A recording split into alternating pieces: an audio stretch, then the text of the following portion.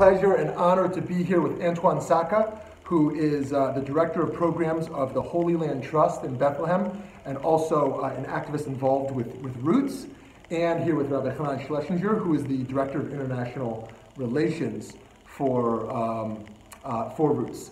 And Antoine comes from a culturally Christian background, is a Palestinian, and Hanan is an Orthodox rabbi and a settler as well. And they are doing incredibly holy work. And what I want to ask them now is, what is one thing you are pessimistic about in terms of bringing peace about, which you're both so hungry for and dedicating your lives towards? And what is one dimension in which you are optimistic?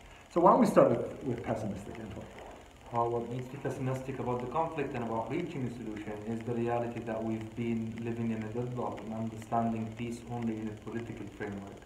That peace only exists when there is only a lack of violence, and that peace is only existing that if we have a political solution, and that to a great extent marginalize the human needs on both sides in the conflict that we live, and it marginalized and even destroyed our understanding of peace. Mm-hmm. Mm-hmm. Thank you. Yeah, and Hanan.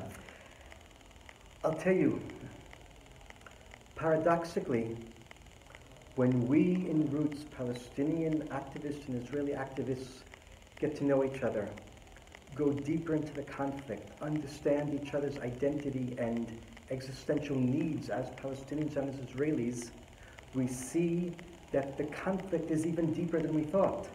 And the roots of difference, the things that tear us apart, and the totally opposing visions are so extremely at odds that it drives us to despair. Mm-hmm. So paradoxically, Roots activists, as they get deeper into this, see more and more why there's a conflict and why the conflict will never end. Mm-hmm. Mm-hmm. Okay, and how about the optimistic side? What makes you optimistic that either in short years or in many years we ultimately will get there?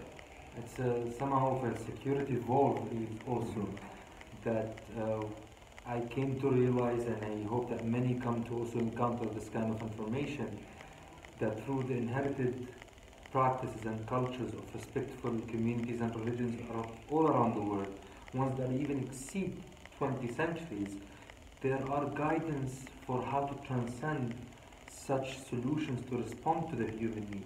So yes, there is a need for a political solution in the 21st century, but as to lead to that political solution, we need to work on dealing with the pain and suffering that has been caused that could not be responded to from a political process. And therefore, those teachings of specifically healing and compassion are those guidance that can allow us to get out of this deadlock. Mm-hmm. Mm-hmm.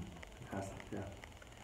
So I actually see no reason to be optimistic, but I have a deep sense, and all of the activists in Roots have this deep sense of responsibility. Mm-hmm. In other words, there's no good reason to be optimistic. I don't see great hope on the horizon, but we as human beings, as part of this conflict and as religious people, we have a sense of responsibility. It depends on us. Let me go a little bit deeper into that. There are people who think that this conflict is inevitable. It's just the way it has to be.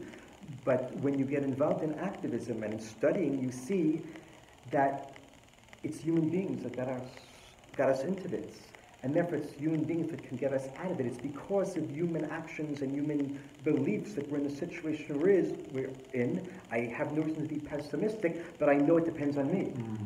And with that sense of responsibility, if everyone would take upon themselves that sense of responsibility, then there might be hope. Mm-hmm. So my last very quick question is, how is the peace work that you're doing different from a lot of other peace work that's happening? The work of Roots is different in what way? The reality that it does bring not the choir, it brings the people who were marginalized in previous attempts of peace. Again, religious communities, refugees communities, ex-fighters communities from both sides in a sense, those who were not on the table of negotiation, and those who have been marginalized in 20 years by being called the enemy of peace. That is something that sets a uniqueness for this space, sets a uniqueness even for the conversations that happen in those spaces.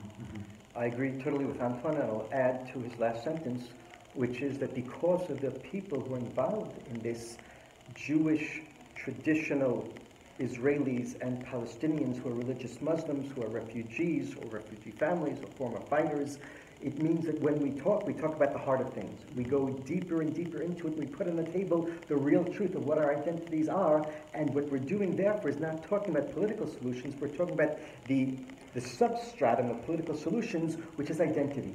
Right? We're willing to say the truth that politicians don't say, that it's not just about land, it's not just a territorial conflict, it's about identity, which means it's so hard to solve, but at least we in Roots are putting that on the table and barring our souls to the other, and then when we talk to the other, we're talking about the depth of his identity, and we're absorbing into ourselves the identity of the other.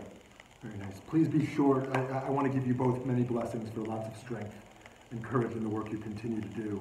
And please be sure to check out the Roots website and the various YouTube films they've already done, and to invite them to your community as well. Friendsofroots.net. Friendsofroots.net. Thank you, Zach. Thank you so much.